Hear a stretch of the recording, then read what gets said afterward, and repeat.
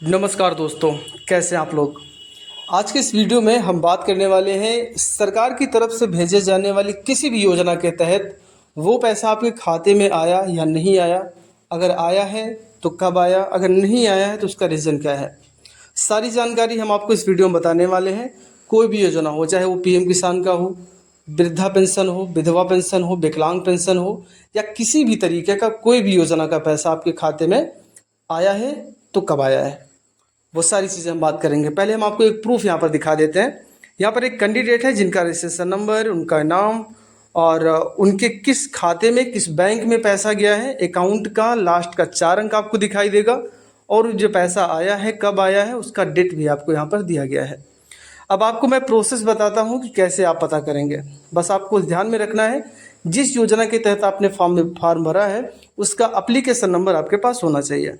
अब किसी भी ब्राउज़र को ओपन करिए, वहाँ पर आप लिखेंगे pfms.nic.in, इंटर का बटन प्रेस कर दीजिए। आपके सामने पहली वेबसाइट दिखेगी pfms.nic.in की, आप इस पर क्लिक कर दीजिए। यहाँ पर आपको एक ऑप्शन दिखाई दे रहा है पेमेंट स्टेटस का, उस पर आप क्लिक करें और यहाँ पर एक ऑप्शन और दिखाई दे रहा है डीबीटी स्टेटस ट्रैकर का, यहाँ पर आप क्लिक कर दीजिए। अब यहाँ पर आते ही कैटेगरी आपसे पूछी जा रही है, तो कैटेगरी में आप एक मिनट थोड़ा सा वेट कीजिए, ठीक है।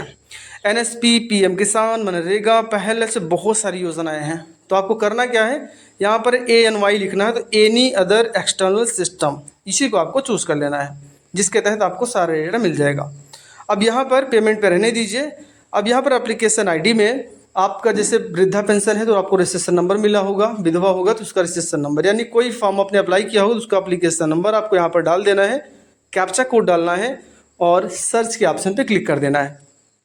इतना करते ही आप देखें, स्क्रॉल करके थोड़ा सा ऊपर की तरफ जाएंगे तो पूरा डेटा आपके सामने आ जाएगा।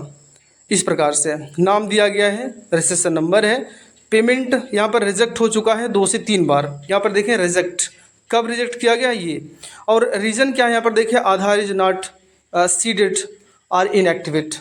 तो ध्यान रखिएगा, आपके खाते में आधार सीडिंग होनी चाहिए, यानी NPCI आपकी कंप्लीट होनी चाहिए, तभी पैसा आपका आएगा।